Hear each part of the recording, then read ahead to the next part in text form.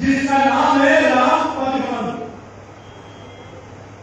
राम परिवहन का मतलब है कि राम जी जहां जहां से गुजरे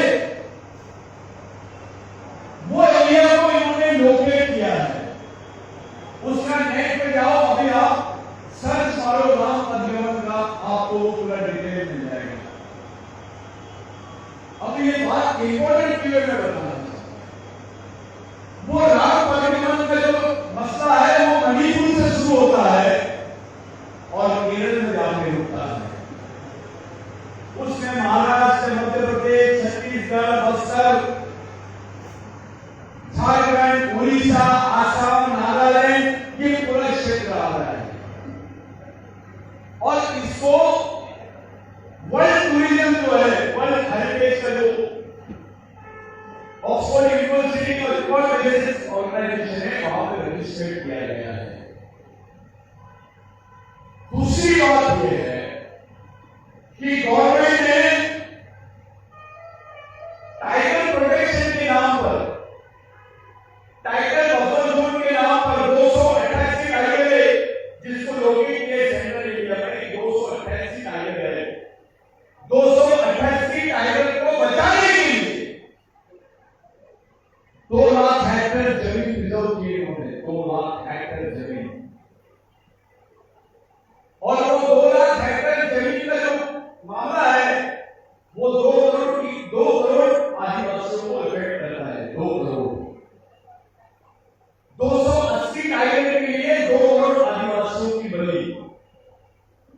अभी पहले झगड़ा था गवर्नमेंट वर्सेस आदिवासी, अब झगड़ा हो गया है टाइगर वर्सेस आदिवासी, टाइगर वर्सेस ट्राइबल। यानी आदिवासियों का झगड़ा शेर से है, ऐसा दिखाने की कोशिश कर रहे हैं। और वो जो टाइगर मैप बनाया गया है वो सेम टू सेम राम परिवहन एरिया है। गौर से सुनो, पहले दिमाग में डालो मैं क्या बोलना चाह रहा हूं। ये वो क्षेत्र है जिसमें आदिवासियों के 60% 5वीं अनुसूची के क्षेत्र आते हैं। To destruct, to demolish the provision of 5th schedule RSS plan, उन्होंने जो प्रॉपर प्लानिंग किया है वो ऐसा किया है कि जंगल प्रोटेक्ट, प्राणी प्रोटेक्शन के नाम पर, टाइगर प्रोटेक्शन के नाम पर, राम परिवहन के नाम पर 5th शेड्यूल का एरिया डिमोलिश कर देंगे। और वो पूरा 5वीं अनुसूची का 60% क्षेत्र है सेंट्रल इंडिया का, और 6वीं अनुसूची का 40% क्षेत्र है नॉर्थ ईस्ट का, जिसको आप लोग 7 सिस्टर्स बोलते हैं। 7 सिस्टर इसलिए बोलते हैं वो 7 राज्य है। साथियों, इस देश में 2 भारत है। मैं ऑथेंटिक तरीके से बोल रहा हूं, 2 भारत है। एक आदिवासी भारत और दूसरा आधुनिक भारत। मैं जिस आधुनिक भारत की बात कर रहा हूं ये अभी संविधान बनने के बाद बना है, लेकिन जिस आदिवासी भारत की मैं बात कर रहा हूं ये इस देश में हजारों 10,000 साल से अस्तित्व में है। इसको किसी ने नहीं बनाया, ये पहले से अस्तित्व में है। तो इस देश में आधुनिक भारत वर्सेस आदिवासी भारत ऐसा झगड़ा चल रहा है। ये आपके दिमाग में आना चाहिए। आधुनिक भारत का मतलब होता है मॉडर्न इंडिया,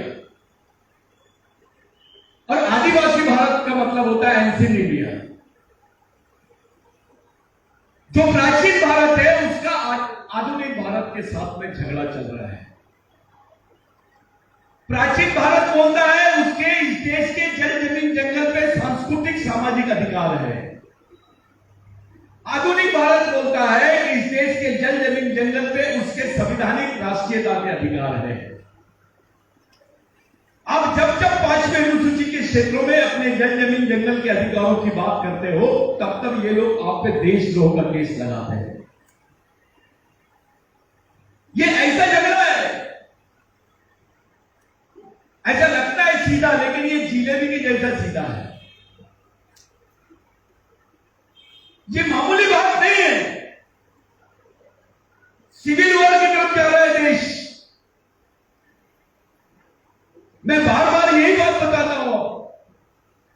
कि जिस क्षेत्र की मैं बात कर रहा हूं उस क्षेत्र में इस देश की 60% जो पैरामिलिट्री फोर्सेस है, जिसको अर्धसैनिक बल बोलते हैं, वो इस क्षेत्र में लगाए गए हैं। अरे सैनिक तो बॉर्डर में होने चाहिए, पाकिस्तान के बॉर्डर में होना चाहिए, चाइना के बॉर्डर में होना चाहिए, श्रीलंका के बॉर्डर पे होना चाहिए, नेपाल के बॉर्डर पे होना चाहिए। वो आदिवासी क्षेत्र में क्या कर रहा है? ये सैनिकों की आदिवासी क्षेत्र में क्या जरूरत है? जिस आदिवासी के बदन पे कपड़े नहीं, वो जो घास की झोपड़ी में रहता है, जिसके पास खाने को ठीक से 2 वक्त की रोटी नहीं है, उसके घर के बाजू में 2 AK-47 पकड़ के जवान चौकीदारी कर रहे हैं। मामला क्या है? क्या मामला है? गौर से सोचो, देश में क्या चल रहा है। मंदिरों के बारे में सोचा गया है। हम मैन भाई ने बोला कि सिवनी में मॉब लिंचिंग का काम हुआ है। वो कुछ आदिवासियों के पास में गाय का मटन मिल गया, उनको मार दिया गया बजरंग दल के द्वारा। उनको स्पॉट पे मार दिया गया, उनकी बेल हो गई, वो लोग घूम रहे हैं। और वहां पे फिर दहशत का माहौल है कि बजरंग दल की तरफ आदिवासियों ने गुस्से से नहीं देखना चाहिए, डर रहे हैं लोग, ऐसा दहशत का माहौल बना रहे हैं। ये एग्जाम्पल है अपने सामने, स्टेट में क्या चल रहा है उसका एग्जाम्पल है। साथियों, ये सब चीजें प्रैक्टिस की जा रही है सिर्फ आदिवासियों के बीच में, कि आपके दिमाग में डर निर्माण कर दिया जाए कि आपको पुलिस से तो डरना ही है, साथ में RSS से भी डरना है। जाओ किसी क्लास 1 ऑफिसर को खड़ा करो, मैं भोपाल में बात कर रहा हूं, किसी क्लास 1 ऑफिसर, आदिवासी ऑफिसर को बुलाओ कि भैया तू जैज के सम्मेलन में क्यों नहीं आया?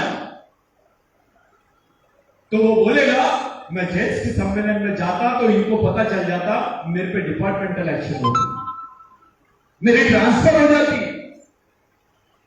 ये जैज के बच्चे जिन्होंने अधिकारियों के लिए लड़ाई लड़े, आज वही अधिकारी ये कार्यक्रम में दिखाई नहीं दे रहे थे। वो इस बात का दुख है।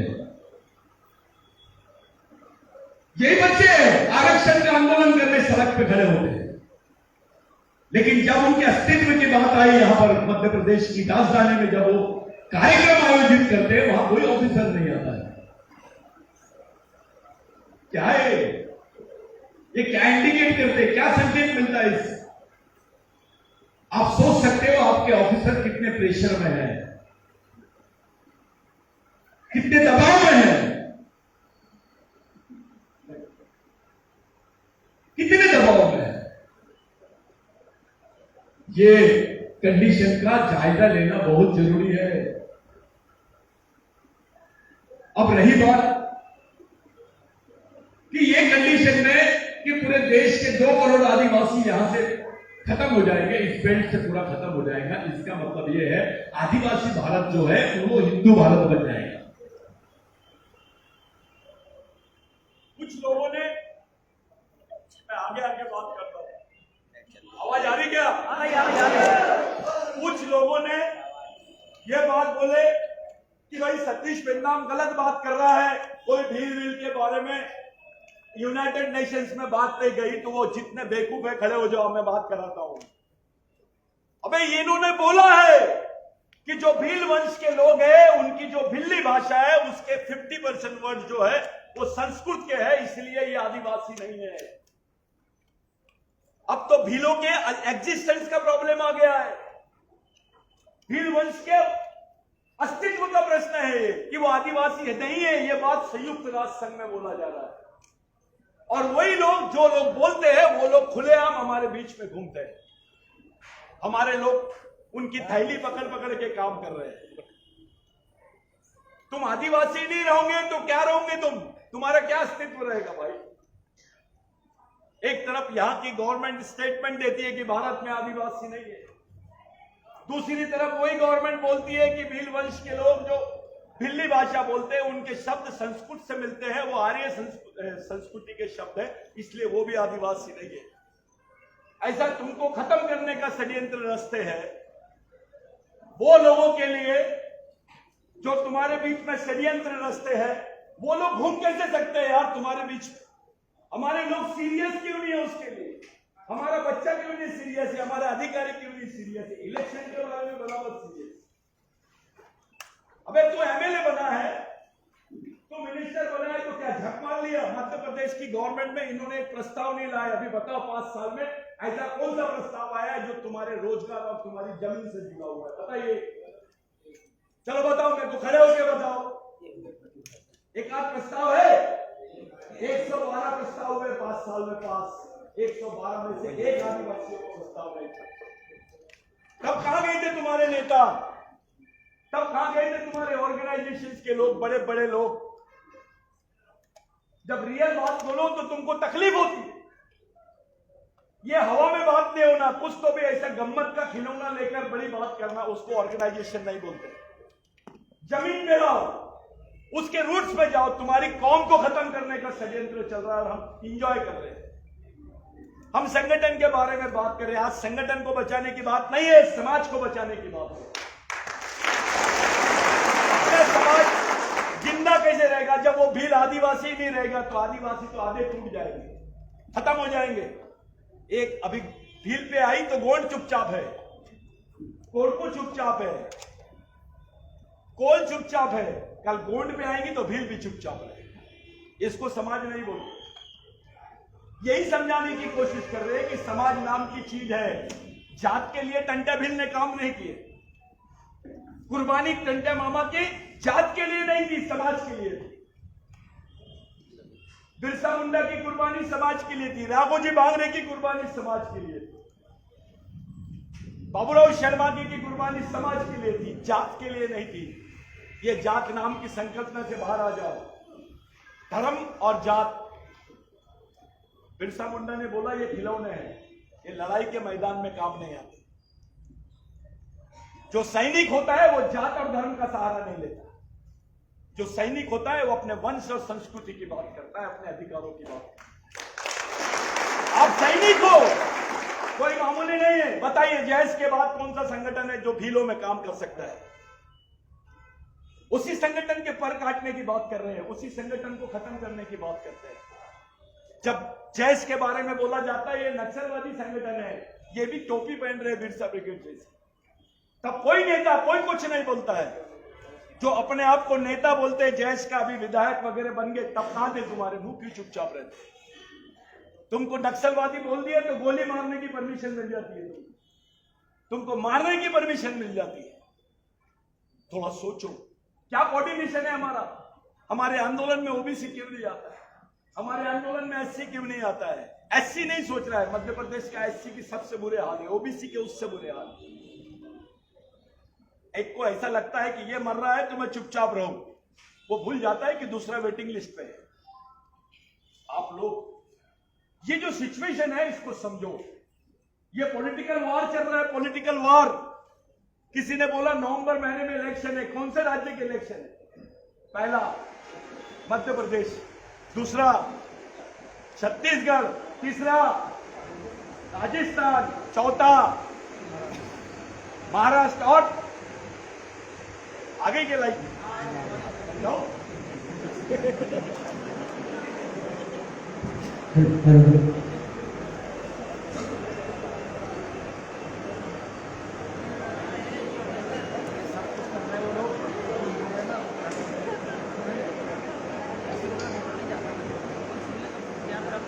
भाइयों, ये जो पॉलिटिकल वॉर की मैं बात कर रहा हूं, ये पॉलिटिकल वॉर क्या है बताता हूं आपको। 1 लाख करोड़ रुपए का इन्वेस्टमेंट हुआ है मध्य प्रदेश में एनआरआई लोगों का। कितना? थोड़ा ध्यान से सुनो मेरी बात को। कितने करोड़ का इन्वेस्टमेंट हुआ है? 1 लाख करोड़ का इन्वेस्टमेंट हुआ है मध्य प्रदेश में। किसकी जमीन पे हुआ है? आदिवासियों की जमीन पर। ये स्टेट गवर्नमेंट ने अभी पूरे प्राइवेट सेक्टर को आदिवासियों की वन जमीन ये लोग उसको लीज में दे रहे हैं। आप नेट खोलिए, आपका जो बच्चे सुन रहे हैं वो नेट खोली और देख लेना अभी जाके घर में कि नेट पे आपको दिख जाएगा ये लीज पे देना शुरू कर दिए। जिस वनाधिकार की बात अभी मीना जी कर रहे थे वो वनाधिकार की बात मध्य प्रदेश में हो नहीं सकती, क्योंकि 60% जमीन 60% जमीन इन्होंने देने का ये बना दिया है, प्लानिंग कर लिया है। जब जमीन ही नहीं रहेगी तो तुमको वन अधिकार कहां से मिलेगा? सिर्फ पेपर पर रहेंगे वन अधिकार, जमीन तो दूसरे ले लेंगे लीज पर। यहां मंदिरों को रेगुलराइज कर रही है, पंडितों को रोजगार मिलता है, जो मेहनत का आदमी है वो दूसरे प्रदेश में जाकर पेट भरता है।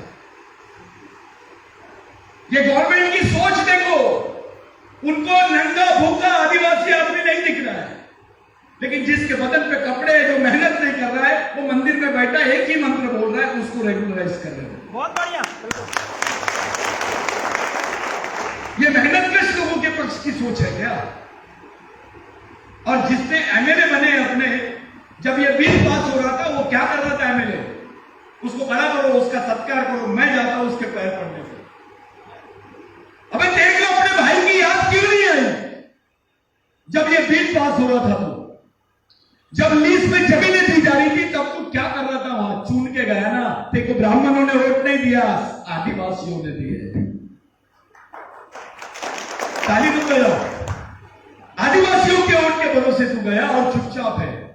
अब और कौन सा बनाना है इनको? कौन सा मिनिस्टर बनाना है? कौन से सिस्टम की बात कर रहे हो?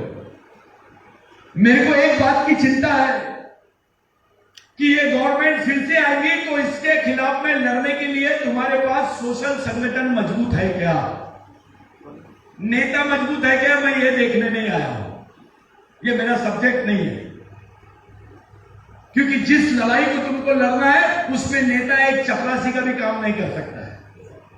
बहुत बढ़िया। वो किसी काम का नहीं है। ये जमीन की लड़ाई है, ये तुम्हारे जिंदगी की आखिरी लड़ाई है,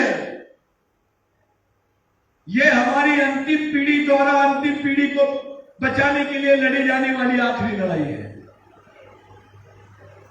क्योंकि गवर्नमेंट बोल रही है भारत में आदिवासी नहीं है, इसका दूसरा मतलब होता है कि आदिवासी भारत के नागरिक नहीं है। भारत में आदिवासी नहीं है, इसका मतलब यह है कि आदिवासी भारत के नागरिक नहीं है। तुम्हारे सिटीजनशिप को ये लोग चैलेंज कर रहे हैं। They are challenging your constitutional rights of citizenship, they are challenging your personal rights of indigenous identity. साथियों, बार बार मैं इसलिए चिल्ला रहा हूं कि अब राष्ट्रीय पहचान की साथ साथ अंतर्राष्ट्रीय अधिकारों की भी जरूरत पड़ेगी। आपका राष्ट्रीय संविधान में आपके लिए इतने प्रोविजन थे, 70 साल गुजर गए, आज 70 आईएएस ऑफिसर नहीं ढूंढने को मिलते हैं, 70 जज नहीं बन पाए आदिवासियों के। अब तुम मरने की कगार में हो, तुमको ऑक्सीजन सिलेंडर की जरूरत है, यानी इंटरनेशनल साउंड की जरूरत है। अरे तुमको भारतीय संविधान में रहने के बाद तुमको कुछ नहीं मिला, अब तो अंतर्राष्ट्रीय संविधान से खत्म कर रहे हैं तुमको। मैं 2 पॉइंट और बोलूंगा, मेरे को लगे चिट्ठी लेके आया, मैं डर गया क्योंकि यहां चिट्ठी बहुत चल रही है और सही बात है। तो बड़ी बात यह है, ये जितना एटमॉस्फेयर दिख रहा है जेल्स का, ये मामूली नहीं है। मैं जानता हूं अपने घर से कैसे वो लाया होगा बेरोजगार लड़का, पैसे जमा करके कैसे आया होगा यहां पर।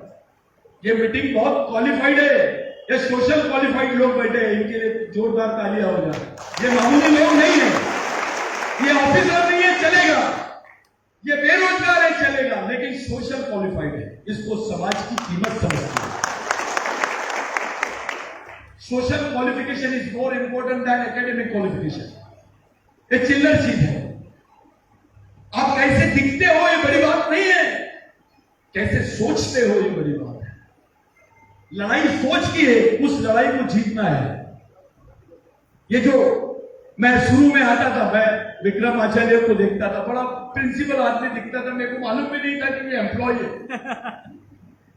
और मैं बाद में पूछता था लोगों से, ये एम्प्लॉय है क्या? दादा एम्प्लॉय है वो। मैंने बोला इतना सीरियस काम कर रहे हैं। मैं पूरे मुजाहिदा को देखता हूं, उनकी पूरी टीम को देखता हूं, तो मेरे को ऐसा लगता है यार ये इतने डेडिकेटेड है।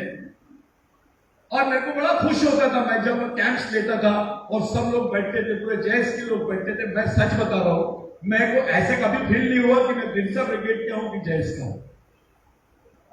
और किसी को ऐसा लग रहा होगा कि मैं जैस का नेता बन जाऊंगा, मैं बिरसा ब्रिगेड का नेता बन जाऊंगा, समाज का बहुत बड़ा नेता बन जाऊंगा, ऐसा कुछ नहीं है।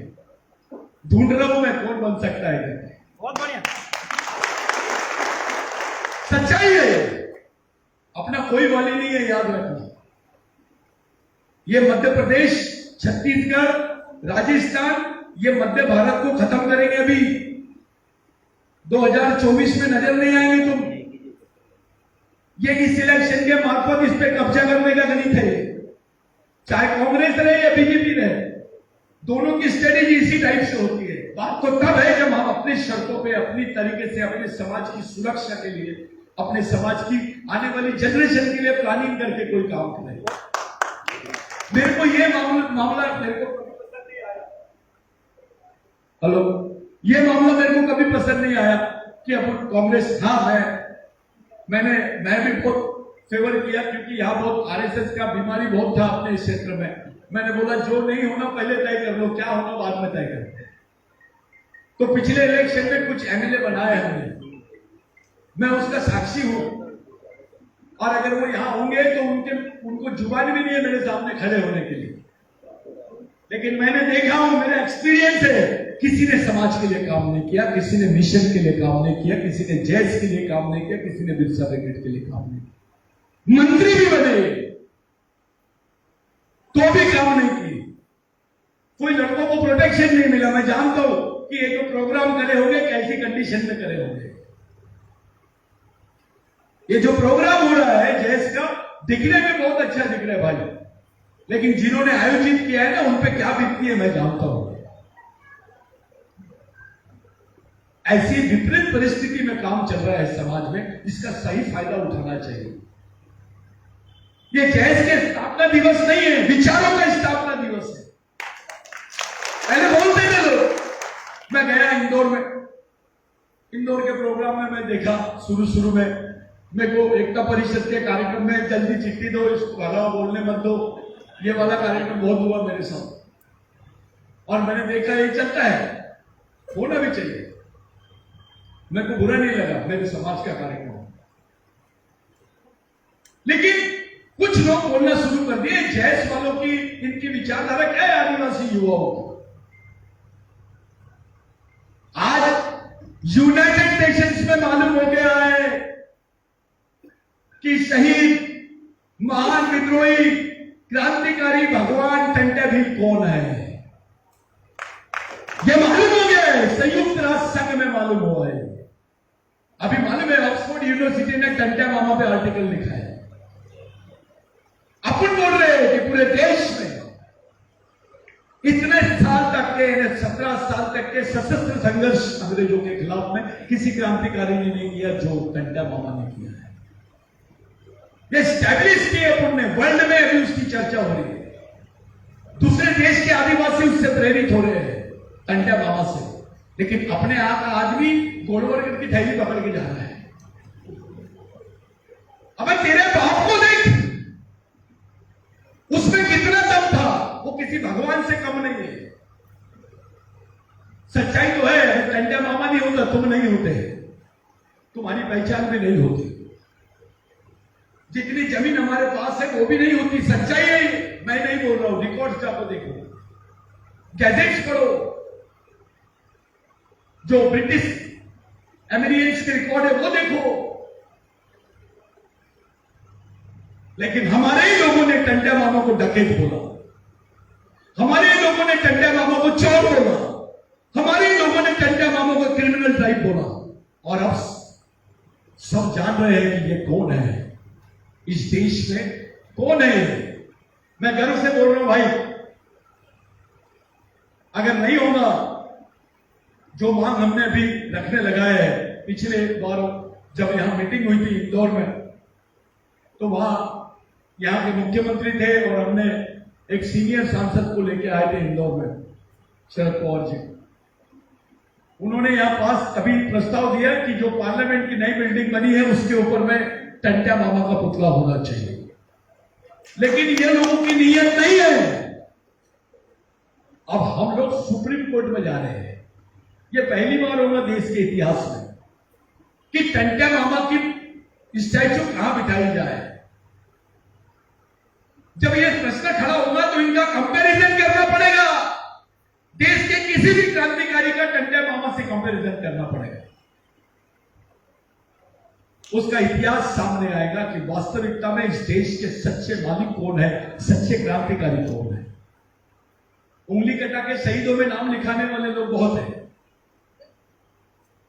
लेकिन टंट्या मामा का जो इतिहास है वो आज इस देश के भी नहीं, पूरे आदिवासियों को जिंदा कर रहा है, वर्ल्ड के आदिवासियों को प्रेरणा बन रहे हैं। ये गर्व है, सेटिस्फैक्शन है। राघोजी बावरे के बारे में बात चल रही है। मैं इसलिए बता रहा हूं कि किसी ने पूछा कि जैस किसकी विचारों से चलता है, तो आपको बोलना है जैस टाटा और बिरला के विचारों से नहीं चलता है, टंट्या और बिरसा के विचारों से चलता है। ये लोग ऐसा समझते थे कि इनके पास कुछ नहीं है। आपके पास जो है वो किसी के पास नहीं है। जहां सब खत्म होते हैं वहां से आदिवासी शुरू होता है। मैं इसलिए बोलता हूं ये बात कि 70% लड़ाई आदिवासियों ने लड़ी। मैं आधिकारिक रूप से बोलता हूं, सबके सामने बोलता हूं। मैं दिल्ली में जाता हूं, इनके जेएनयू में जाके बोलता हूं, मैंने वहां पे भी लेक्चर्स हुए कि 70% लड़ाई आदिवासियों ने लड़ी है, 30% बाकी लोगों ने लड़ी। मेरे को बोलना चाहिए, किसी ने मेरे ऊपर केस डालना चाहिए कि गलत बोल रहा है।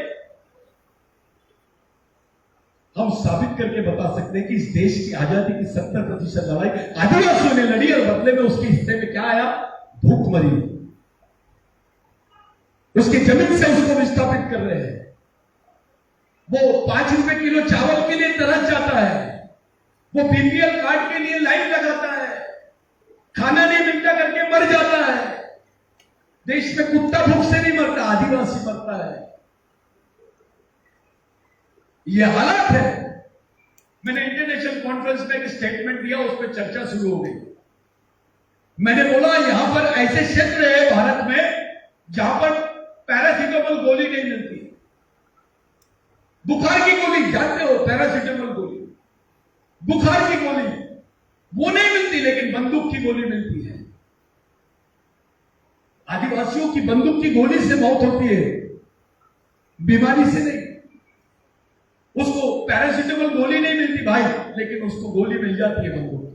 ऐसी स्थिति में आप लोग फंसे हैं। इसमें से कैसे निकलेंगे? ये ऑर्गेनाइज करने से नहीं, प्लानिंग क्या है हमारे पास? बहुत अच्छी बात बोली दीदी, विदाउट प्लानिंग के हम आगे नहीं बढ़ सकते।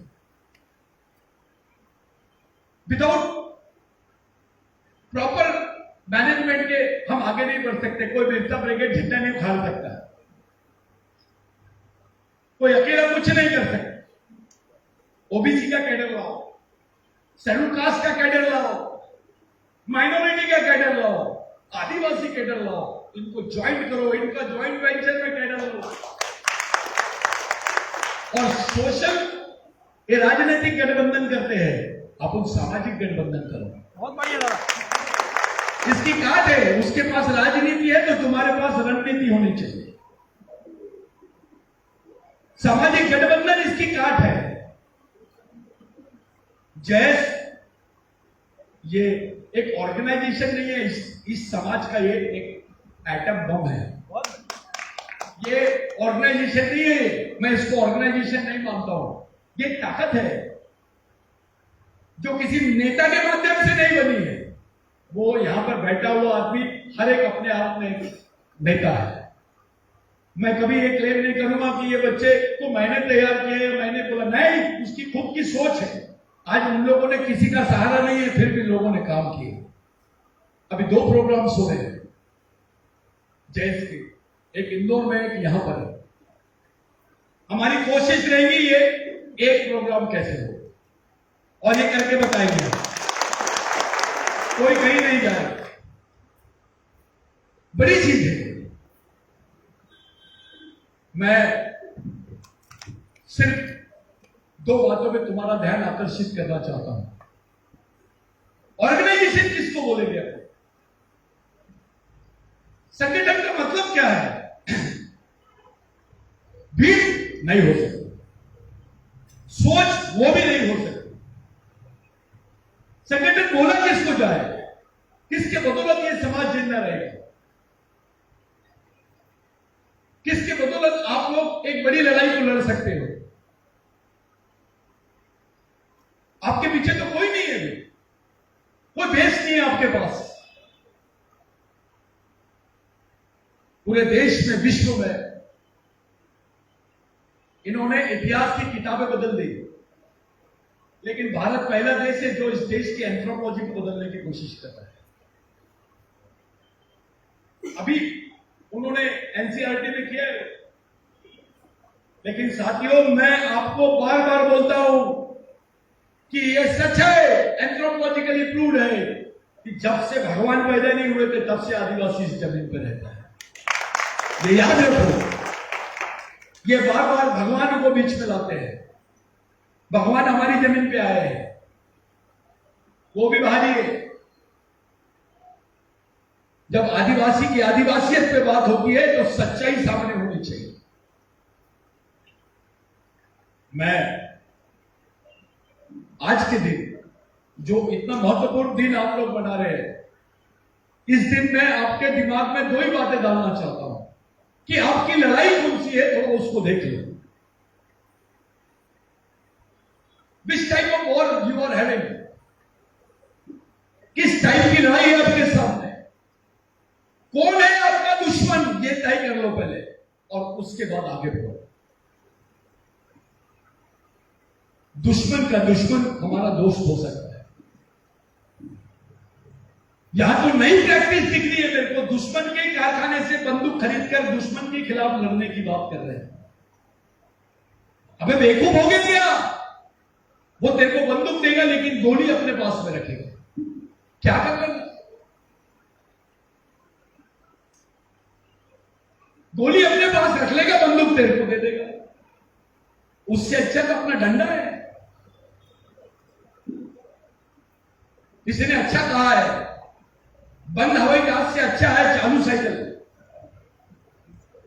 आपके पास अपना क्या है, लड़ते वक्त ये ख्याल में रखना पड़ता है।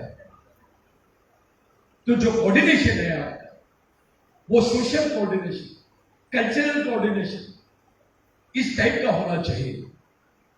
अगर इस टाइप का नहीं है तो समझ लेना आप आइडियोलॉजिकली करप्ट हो गए हैं, आप वैचारिक रूप से करप्ट हो गए हैं। व्यवहारिक रूप से करप्ट रहेंगे चलेगा, वैचारिक रूप से करप्ट नहीं होना चाहिए। यही काम किया है इन लोगों ने। ये वैचारिक रूप से करप्ट नहीं है, और आपके ऊपर जवाबदारी इन्हीं के आंदोलन को चलाने की है, और इन्हीं का आंदोलन आखिरी पर्याय है हमारे पास। आपको दूसरा कोई पर्याय नहीं है आपके पास। आप जाइए, कार्ल मार्क्स को पढ़ लीजिए और किसी बात को पढ़ लीजिए आप, लेकिन रियल आपको बात जब जाना पड़ेगा, आपके पुरखों को देखना पड़ेगा कि जमीन कौन सी लड़ाई करे इन्होंने। जमीन जंगल की लड़ाई। सुनने में बहुत अच्छा लगता है, सरल लगता है। क्या है? जल है, जंगल है, जमीन है। नहीं, ये आदमी के जिंदा रहने के आखिरी स्रोत है और प्रथम स्रोत भी है। मानव का निर्माण भी इन तीन चीजों से हुआ है, और उसके जिंदा रहने के भी यही तीन स्रोत है। ये आदिवासियों की थ्योरी है। इसको बोलते हैं सबसे highest human psychology of India, यानी आदिवासी संस्कृति। वर्ल्ड की सबसे हाईएस्ट ह्यूमन साइकोलॉजी भी कह सकते हो। मेरे भाइयों, जिस भाषा को इस देश में 2 लाख लोग नहीं बोलते हैं, जिस भाषा को इस देश में 2 लाख लोग नहीं बोलते हैं, जिसका नाम है संस्कृत, उसको देश की पहली भाषा का दर्जा मिल गया। उसको ऑक्सफोर्ड यूनिवर्सिटी में इन्होंने मान्यता दिला दी है। अब विश्व के 27 देशों में अब संस्कृत भाषा पढ़ाते हैं। और यहां के जिन लोगों के पास क्वालिफाइड भी नहीं थे, ऐसे लोगों को इन्होंने 5,000 लोगों को भेज दिया, 5 लाख रुपए पर मंथ के हिसाब से। और जिसको 2 लाख नहीं 2 करोड़ लोग बोलते हैं, दिल्ली भाषा 1 करोड़ आदिवासी बोलता है उसको, गोंडी भाषा 1 करोड़ आदिवासी बोलते हैं उसको, मुंडारी भाषा 1 करोड़ आदिवासी बोलते हैं उसको। देश की भाषा का, राष्ट्रीय भाषा का भी दर्जा नहीं मिला, उसको इन्होंने 9th शेड्यूल में भी नहीं डाला। देश की पहली भाषा संस्कृत, यानी ब्राह्मण भाई देश का पहला आदमी, आदिवासी कहां गया? तुम्हारी आइडेंटिटी का क्या होगा? इसको बोलते हैं कल्चरल चैलेंज। जब किसी कोर्ट में आप खड़े रहते हो तो आपको एविडेंसेस देने पड़ते हैं, और ये एविडेंसेस आरएसएस दे रहा है। मैंने आपको बताया, अभी मीना जी आए हैं। मीना जी एक प्लानिंग चालू है जिसको टाइगर रिजर्व के नाम से जानते हैं। 2 लाख हेक्टेयर जमीन रिजर्व की इन्होंने 17 स्टेट्स में, और उसी में जो जमीन रिजर्व की है उसी को राम पदगमन बोला गया है। ये आदिवासी भारत से हिंदू भारत का कन्वर्शन है। आपकी कोई ओनरशिप नहीं रहेगी, आप इस देश के मालिकियत नहीं रहेगी। आपके पास जमीन है तो आप है, जंगल है तो आप है, नहीं तो इसके बगैर आपकी डेफिनेशन भी नहीं हो सकती। साथियों, आज के दिन मेरा आप लोगों से विनती है कि आप लोग ज्यादा से ज्यादा प्रशिक्षित हो और अंडरग्राउंड मूवमेंट चलाना सीखो। व्हाट्सएप पे जो मूवमेंट चलाते हो वो कुछ अलग टाइप की रहती है, जो रियल होती है उसको समझो, वो रूट्स में जाओ और अपने मूवमेंट को समझो, अपने समाज को समझो। व्यापक सोचना शुरू करो, बड़ा सोचना शुरू करो, छोटा मत सोचो। क्षेत्र तक, जात तक, धर्म तक ये छोटी चीज है, इससे बाहर निकलो और सामाजिक स्तर से छोड़ो। किसी ने आपसे पूछा देश बड़ा कि समाज, कंपैरिजन करके बताइए। चलो बताइए, देश बड़ा कि समाज? समाज। आप देश की तुलना नहीं कर सकते समाज के साथ। समाज है तो देश है। देश लिमिटेड हो सकता है, उसको लिमिटेशंस है, समाज को लिमिटेशंस है। इस डायरेक्शन में सोच, यही सोच थी बिरसा मुंडा। बिरसा मुंडा ने बोला, मैं 2 बातें बोलता हूं और छोड़ देता हूं। बिरसा मुंडा ने बोला, जिस समाज की सामाजिक समस्या नहीं होती है उस समाज की समस्या नहीं होती, और जिस समाज की सामाजिक समस्या होती है उसकी समस्या ही समस्या होती है। आपकी सामाजिक समस्या यह है कि आप टुकड़े टुकड़े में बट गए हैं। आपकी सामाजिक समस्या यह है कि आपका आपस में संवाद नहीं है। आपकी सामाजिक समस्या यह है कि आपके पास कोई व्यवस्था नहीं है, समाज नाम की कोई व्यवस्था नहीं है आपके पास। यह आपकी सामाजिक समस्या है।